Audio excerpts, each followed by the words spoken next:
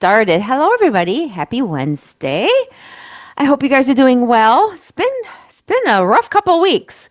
So I'm kind of excited to talk about the vagus nerve because the vagus nerve is very responsible for how calm we are versus how upset we are. It's kind of that nerve that really affects our entire body. And when we're stressed out, you're going to learn tonight that when we're stressed out or when that vagus nerve is impacted by our stress, and stress can come from, remember, not just emotional stress, but it comes from stress on the body, whether it's diabetes or some other things, which we're going to talk about tonight. But when that nerve is affected, your health is affected. And most people don't know what the vagus nerve is. They've never heard of it. So those of you who are here tonight, I'm excited to educate you about the vagus nerve because this could be, one of the issues that you need to start taking care of. Like you need to start taking care of your vagus nerve and start supporting that before you can see other areas of your health improving. So, as I go through this class tonight, just take notes and let's get started. Those of you who are new to the group, my name is Terry Dale, and I am a functional diagnostic nutritionist and diabetes and weight loss practitioner. Been doing this for many, many, many years. I have my own personal story about my own personal health things that I've been through in my life, and I've written 2 books about my experiences. So one of the books I wrote that's in Barnes and Noble and online on Amazon is called I Refuse Chemo. It's my personal journey about how I was able to reverse my cancer without any chemo or radiation, no toxic drugs at all. I was able to reverse it holistically, which then I thought, you know what, I need to write a book about diabetes to teach women how to reverse diabetes the same way, how to reverse diabetes without any medications, because you guys are being told that you can't reverse your diabetes and that you're going to be on insulin or medications all your life. So these books are available online on Amazon. I also, if you join my mailing list, you get a free downloadable PDF of the refuse diabetes. So that should incentivize you to get on my email list. But again, I just always want to make a claim that these classes that I teach in here are not to take the place of medical advice. I am not a doctor, but I do teach holistic practices, and hopefully these classes will give you an opportunity to go and have these conversations with your doctor. Although I will say that most doctors don't believe in holistic, and that's just too bad, but they don't. But you, by educating yourself and getting more knowledge in all the areas of health through these classes I teach, will help inspire you to ask those tough questions and maybe even, learn and try some things yourself. Eventually, to be honest, I think our goal is to try to not need our doctors unless we get into a crisis, get into an emergency situation like a car accident or we get an infection. That's my life motto. I will never, ever, ever, ever, ever, ever, ever, ever, ever, ever, ever, ever. Can I stress? I will never, ever, ever, never, ever go to a doctor for my general health. Ever. Never. Thank goodness doctors are there if I get into a car accident or if I happen to have an infection and I need to get antibiotics or something. But I've never had an infection I've never needed an antibiotic. I can't remember the last time I've been on antibiotics. I think one time years ago when I had an infected tooth, wisdom tooth. I think when I had my wisdom teeth out, maybe I went on an antibiotic. But I just work really hard to build up my immune system so that my body doesn't get infections. It doesn't get sick. It doesn't get viruses. And when I do get a virus, my body just fights it off naturally. I don't need vaccines. I don't need drugs. I don't need Tylenol. I don't need, because I know what my body needs from a holistic standpoint to keep it thriving. And this is what I teach. And so partly, you guys some of you know my story, but when I did get cancer, I was shocked because I did everything right. So if you ever read my book, you'll understand I really do believe that God gave me that cancer as a way to humble me, but also bring me closer to Him, but also to learn about the body even more than what I even understood. I learned a lot about cancer, which helped me just in every area of my life. It also helped me with being a better coach, a better practitioner, help me to implement different strategies for my clients so that when people come to work with me, it's not only a reverse diabetes plan, but it's an anti-cancer plan too. Because cancer and diabetes, if you have diabetes, your chances of getting cancer are very high. So, that's a little bit of story on me. But just again, tonight as I teach you about the vagus nerve and anything that I might say, just know that my advice that I'm giving you is not medical advice. It's holistic advice and things that I have tried, I've learned, I've done, I've worked with clients on, and this is what I found to work way better than medicine in most cases.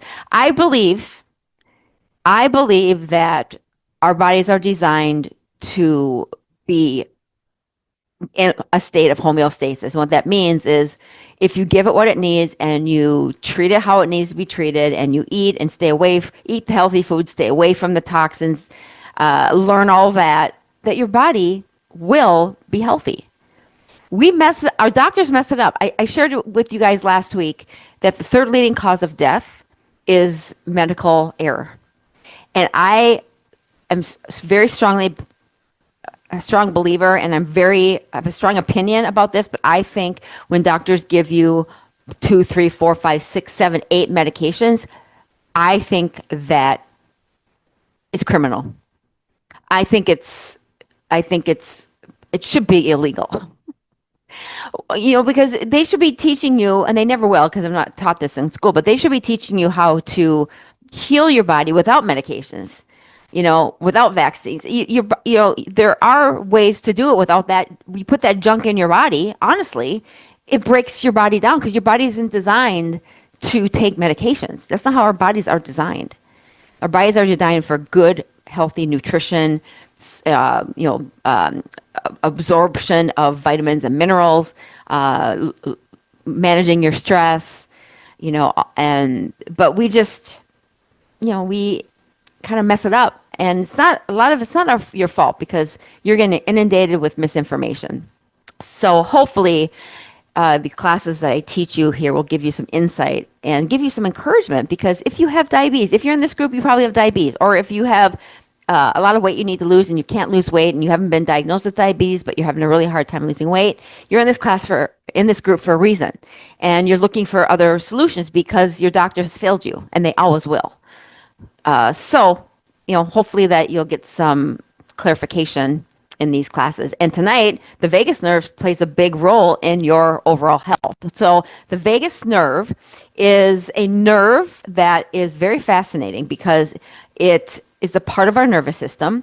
It's often referred to as the wandering nerve, and this is the nickname it comes from because its extensive reach throughout the body. It starts in the brain and extends all the way down to the abdomen, and it branches out to connect with various organs, and it plays a vital role in how the body functions. So it's a major component of the autonomic nervous system, which controls involuntary bodily functions like heart rate and digestion. It links your brain to many important organs, including your heart, lungs, digestive tract. This connection allows it to send messages back and forth between these organs and your brain. So last week, I did a whole class on gastroparesis.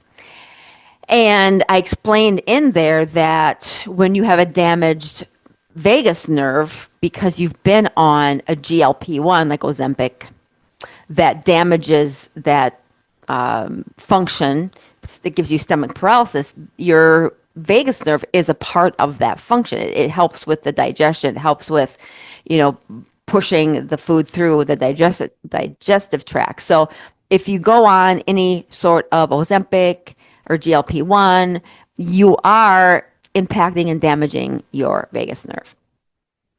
So the vagus nerve, like I said, is a part of your autonomic nervous system, and it goes all the way from your brain, and it goes all the way down into many of the organs of the body. So what does it do?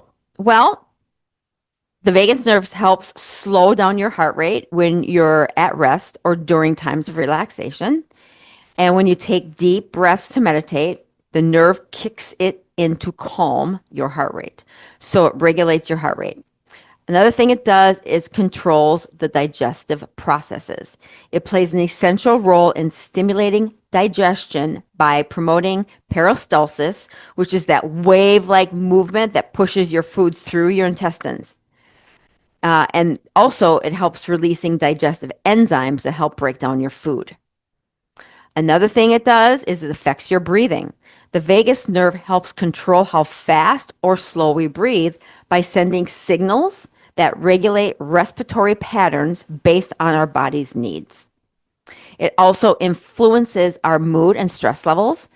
Interestingly, the nerve also connects with areas of our brain responsible for regulating mood and stress responses. So, a well functioning vagus nerve can lead to feelings of calmness and stability while reducing anxiety levels. So if you have a lot of anxiety and you feel like you're always stressed and you're like hyper and you're just having bad moods all the time, you definitely probably have a not very good functioning vagus nerve. The other thing it does is it regulates metabolic functions, being your liver. The vagus nerve helps regulate your liver's metabolism, metabolic functions, including glucose production and fat metabolism. It also plays a role in controlling liver inflammation through its signals from the brain. So, how does it affect our health? Well, the health of your vagus nerve is crucial for maintaining homeostasis. Homeostasis just basically means it keeping your body's function stable and balanced despite changes in your environment or activities that we engage in daily. So a healthy vagus nerve contributes not only to good physical health, but also supports mental well-being by helping manage stress levels effectively. So how does a vagus nerve get damaged? Well, the vagus nerve can get damaged for many reasons, but one of them is physical injuries like trauma from accidents or surgeries.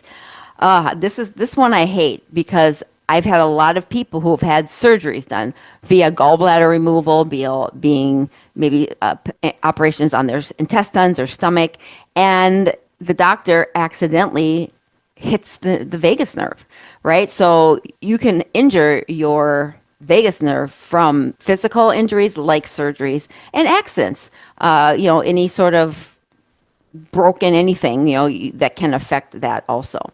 Another reason why you could damage your vagus nerve would be from infections or inflammation. Certain infections can cause inflammation around nerves, leading them to malfunction. So if you're having a lot of neuropathy, if you're having a lot of tingling, if you're having, some nerves in your head, your neck that are kind of misfiring, it could be partly due to the inflammation around those nerves. Diabetes is a big one, you guys.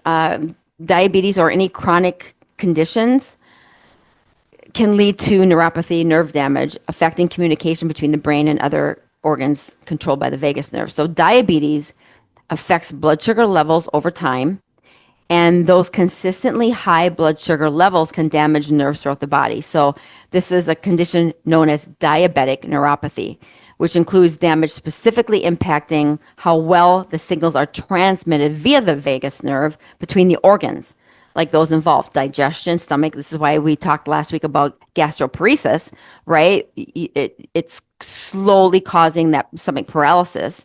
And so it's really affecting how your body digests food, how it pushes through the intestines and through the stomach. Also impacts your cardiovascular function, which is your heart. And this dysfunction may result in problems like irregular heartbeat, arrhythmias, and then, like I said, gastroparesis. And man, if you were in my class last week, you understand how severe and how bad gastroparesis is. It's a very debilitating disease. And if you have gastroparesis, you for sure have a damaged vagus nerve. And somebody asked me when I was last week, somebody asked me, which comes first? Like, is it the damage to the vagus nerve that happens, or is it the vagus nerve that caused some of these? And it's usually the vagus nerves gets damaged first, and then that's what's causing a lot of that. Okay, so let's talk next about symptoms of a vagus nerve dysfunction. When somebody is unhealthy or has a damaged vagus nerve, they might experience symptoms like some of these. Irregular heartbeat or rapid pulse, which could indicate issues with heart regulation, like high blood pressure, digestive problems like gastroparesis, where it takes too long for the food to move through their stomach, difficulty swallowing, difficulty speaking clearly, or controlling throat muscles. You could have total tense body muscles. So if you ever feel like your muscles are tense, if you're at night when you go to sleep and you feel like you have shaky leg syndrome and you feel like you can't calm down, that could be a sign of nerve dysfunction. Changes in your mood, often resulting in higher anxiety levels, coupled with depression, symptoms due to lack of proper neural signaling back and forth communication within the central nervous system. If you have aggression, withdrawal from social situations, that's a big one. Or if you have severe panic attacks and anxiety. If you have cold hands and feet, this is due to lack of blood flow in those areas in the body. And these symptoms are highlighted because they're integrated with the signal in the cranial structure. So at the end of this class, I'm going to show you a cranial exercise that you can do that kind of just helps reset some of the vagus nerve, and we'll do that together at the end. So some of the symptoms of a healthy vagus nerve would be kind of the opposite of what I just said, right? So you have really a good heart rate, you don't have a high heart rate, you have a good resting heart rate. And when you have a good resting heart rate, it means that there's less strain placed upon the cardiac muscle and the muscle tissue overall. You have good digestion is another one. You don't have any discomfort after meals. You're feeling satisfied after a meal versus bloated. You have good motility in your colon and your intestines, meaning that you are going to the bathroom once a day at least, and you're not constipated.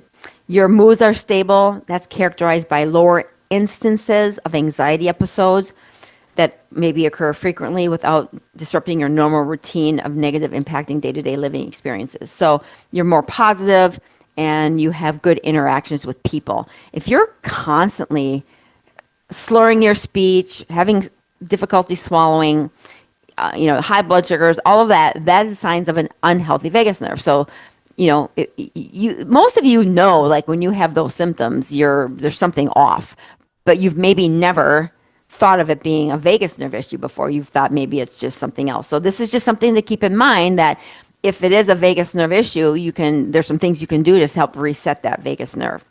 So what's going to keep your vagus nerve healthy? Well, diet, of course, eating foods that are rich in omega-3 fatty acids found in fishes and overall like seeds and nuts. You've been told by your doctor that fats are bad and fats make you gain weight. That's not true. The fats that are bad are the ones like canola oil and seed oils. So olive oil, coconut oil, avocado oil, those are not bad. It's the Crisco's and the fried food, the canola oils, the seed oils, the toxic rancid seed oils, those are the ones that are bad. So eating foods that are rich in omega-3s are very, very, very good for you. Also, fermented foods. I'm not a fan of yogurt unless it's coconut yogurt, but coconut yogurt, kefir, kimchi, and sauerkraut are great because it aids in gut microbiome diversity. We need both good and bad bacteria in our guts, but we need more good than we do bad. And then different fermented types of foods will give you different strains of digestive diversity, microbiome diversity. So you need to not eat the same things every day. That's one thing I'm always kind of harping on my clients about is you can't eat the same foods every single day. Like you should always switch up your variety of foods because your microbiome needs different, different diversity and different phytonutrients, different pro and prebiotics so that it can improve your immune response. So it's very important that you get a variety of foods. Another one is exercise, and this is not rocket science. Of course, you guys know this. Practice deep breathing exercises, yoga or stretching, anything to activate the relaxation response. that will help with the parasympathetic nervous system that's governed largely under influence that is exerted directly by stemming, doing a forward and backwards motion of the cranial structures. So stretching or yoga, when you're doing these stretches of the cranial, which we're going to show you one at the end, but that's very good for giving a calming effect for the vagus nerve, and that's felt through the entire body. Engaging in regular yoga practice. I'm not a big yoga person, but I do like to stretch, and I will do an infrared sauna and stretch in there.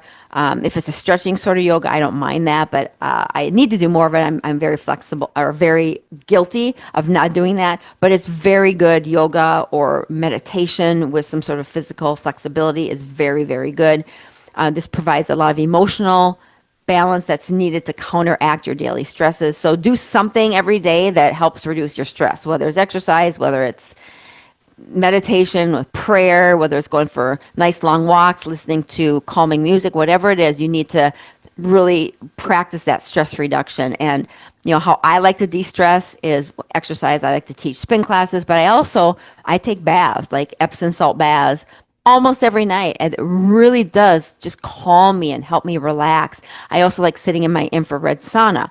I also have a red light therapy machine that at night sometimes I'll just sit and watch some TV, mindless thinking TV, not the news, but like a program or reality TV or something that's just mindless, that doesn't stress me out. And then I'll put my red light therapy on parts of my body and my neck, my chest, and that just is very calming. So it's really, really important to support your body with some of these practices in stress reduction. So remember, your autonomic nervous system has two components to it. It has your sympathetic nervous system, which is your fight or flight, and has your parasympathetic system, which is your rest and digest. And you need to go between the two. But if your vagus nerve is constantly stimulated and it's constantly unhealthy, you're going to be stuck in the sympathetic system quite a bit, which is the one over here on the left.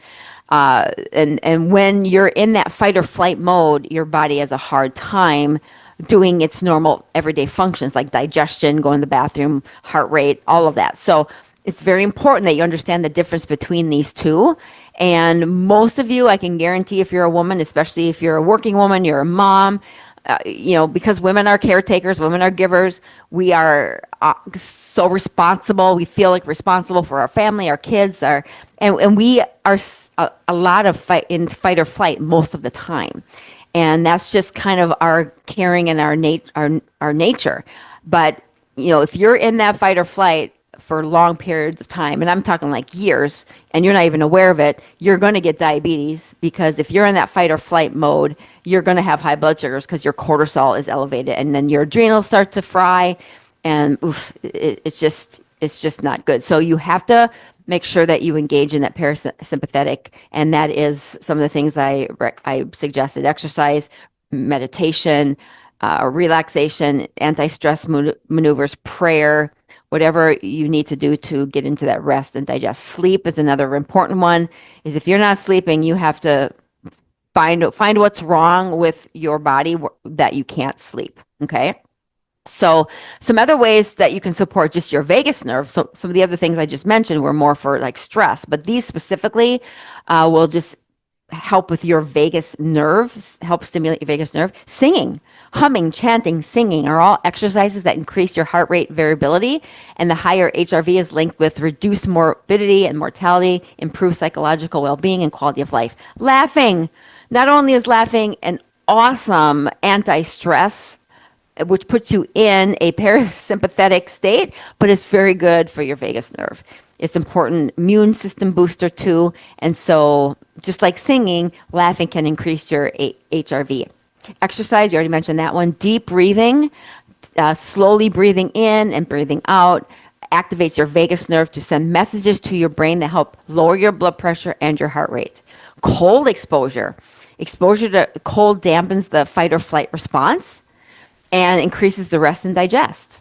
So if you look back on this chart here, cold exposure, like a cold shower, or if you're living in the Midwest and it gets cold, just even for a second, just running out and getting exposed to cold, that's going to help put you in a parasympathetic state. I love cold showers. Drinking cold water too can do it, but I think getting in the practice of taking, even if it's 30 seconds, shock your body with a cold shower, either night before you go to bed. It might help you sleep actually too, or in the morning when you wake up to give you that boost of energy. Try it. It's uncomfortable, but it's very effective.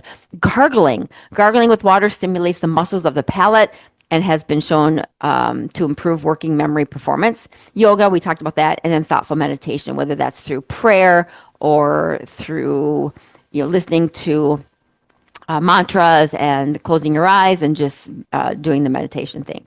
Okay, so those are some natural ways that you can stimulate your vagus nerve. And what I try to do is I share this with my clients, but I have a very stressful. Well, I shouldn't say I have a stressful life, but if I didn't take care and purposely manage my stress, I would be in fight or flight all the time. Years ago, I did have adrenal fatigue because I didn't understand all this. I didn't understand that I needed to have a time in my life where I was in a parasympathetic mode. I was in fight or flight all the time. So I got adrenal fatigue and I learned all that. So ever since I learned all of that, and I've been practicing intentionally to make sure that I get in a parasympathetic state every day, especially maybe at night is when I really try to just make sure that I'm winding down and not staying in fight or flight. I'll do the bath, or I'll do some of these things, sing, exercise, cold exposure. I'll make sure I do one thing every day that helps me calm down. One thing every day. That's my rule. Massage is another one. Massages for me help so much with calming me, and they're just so relaxing, and they help so much with my central nervous system. So these are some things that you can start to try to help support that vagus nerve. Okay. What I want to do now is I want to just show you, there's a few exercises that you can do, but there's one in particular that I just want to, we can maybe do this together if you want. But what this is going to do is this is just going to help with cranial activity, and also it's going to help with some lymphatic drainage. So what you're going to do is you're going to take your hands and you're going to clasp them kind of like this, and you're going to put it, kind of cradle it behind your head. Let your fingers, especially your thumb, cradle around your neck, almost like if you were going to put these right behind your ears. So everybody do this together. So cradle your fingers and then behind your neck. So if I turn around, you see where my fingers are? They're kind of right where the skull and the neck attach. Okay, so it looks like that. And then you're just going to let your head rest into your hands. And if you want to do this lying down, you can. You can do that. But basically what you're going to do is you're going to breathe through your nose, nice and rhythmic. You're going to sit up tall, like if you're sitting up, or if you're laying down, you're just going to lengthen your spine, almost like you're pulling at the top of your head. Okay? And this is going to increase blood flow into the neck and the brain. And sorry, my mic is being wacky here because I'm hitting it in the back of my neck. So it's going to help you activate social engagement, so you're more easily, just calmer. It's going to help with blood flow there. Okay, so I just want you to breathe in and out through your diaphragm and your belly. And then the next thing you're going to do, and you don't want to apply too much pressure in the back, but enough pressure where you're just kind of relaxing your head. Now, the next thing you're going to do, without turning your head, you're going to look all the way to the right. Okay? And you're just going to keep looking to the right, as far to the right as possible. And you're just going to hold it kind of to the right and down. And it might feel a little straining. This is normal because we're constantly looking at screens, and it's really good exercise to do this for the muscle of your eyes. But remember, this is also connected to your vagus nerve. So it's a really good exercise to do for the muscles of your eyes. And remember, you're also connecting your vagus nerve here and strengthening that cranial nerve that connects the vagus nerve to the cranial part of your skull. So you want to keep looking to the right. Everybody looking to the right. Keep looking to the right without moving your head. Keep breathing deep. If you start to yawn, that's actually a really good sign. Or if you start to get a little sleepy or even maybe a little bit nauseous, that's also very normal, okay? So you're going to move your eyes all the way to the right. Now slowly bring them back to the center, breathing deep through your nose. And now you're going to look all the way to the left. So bring those eyes and look all the way to the left and hold it there, not moving your head, strengthening the cranial nerves, relaxing the muscles in the eyes. This is really good to help relax the shoulders too. So if your shoulders are a little bit tight, just bring them down away from your ears, increasing the blood flow. This is all going to stimulate, also going to stimulate that lymphatic drainage. And if you want to start to use your thumbs to press behind the ears, you can start to do that nice and slowly. That will also increase some of the lymphatic spots behind the ears. You're going to look all the way to the left. You're going to continue that for 5 seconds. 4, 3, 2, 1. Now you're going to look back straight ahead and you're just going to take your hands and you're just going to shake them out and release it. Still breathing in and out and relaxing. So I kind of rushed through that, but that's a really good way to support the vagus nerve, but also get you into a parasympathetic state. At the same time, you're supporting the cranial nerve, the vagus nerve, and also the muscles in your eyes and putting you into a parasympathetic state. So that's something you can do, maybe just when you get home from work or you're watching TV, you just, for 5 minutes or a couple minutes, you just do that again and you just do that. And you can do a little massage. I don't know about you, but when I get massages, I have her massage that they're called the ucipicals, I think. There's something there. I never can remember the name of it. Something like ucipicals, and it's right where that bone right there connects to the neck. And when she rubs that, I just sometimes want to scream because we carry a lot of tension in that area of our neck and our head. So when you do this, you're kind of releasing some, and some of the fascia too. There's fascia there, and you're just releasing some of that. So it's very good for you. Okay. So again, you want to, as you're doing that, you want to do deep breaths and deep breathing too. And so that was just one little simple exercise. There's a couple other ones too. But I don't, really have time to show you, but there's one where you can take your finger here and you can just take your finger and you just find the spot right here, right where the nose and that kind of the fatty part of the tissue, kind of the dent right there where the nose is attaches to that muscle. And you just slightly, you can close your eyes or you can open them. It doesn't matter, but you just massage. You just slowly press in, not hard, but you just press and then you kind of massage. And you breathe deep as you're doing it. And sometimes I know for me, when I switch to the other side, this side is way more tender. So this again is going to help just get you into that parasympathetic nervous state and help just relax the tense muscles in the face.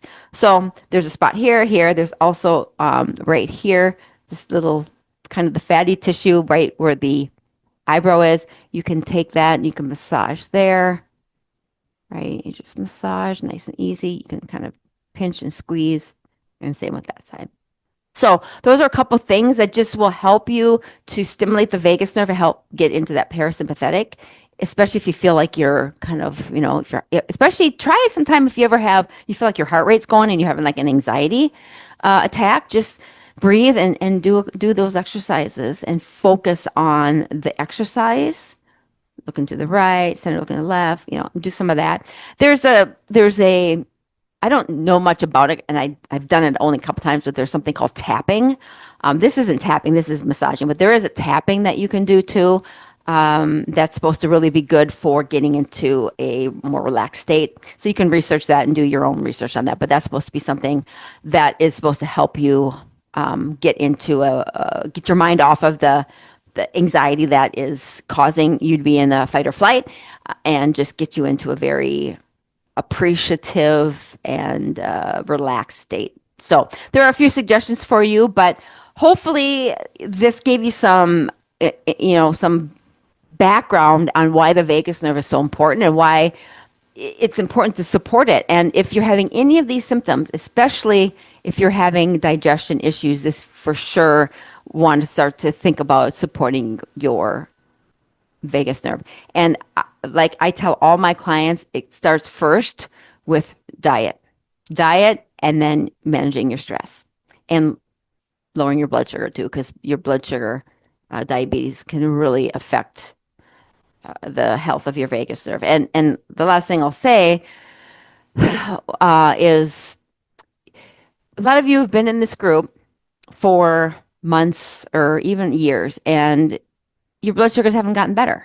And I'm going to tell you, if you have chronic high blood sugars, and if the doctors are only offering you medications, you're already damaged your vagus nerve. You've already damaged a lot of the nerves in your eyes. You've damaged nerves in your legs, your neuropathy. You're damaged your kidneys. It's already being damaged. So you have to start to take your health into your own hands and quit depending on your doctor, because they're not going to help you. The only thing they're going to do is put you on medications.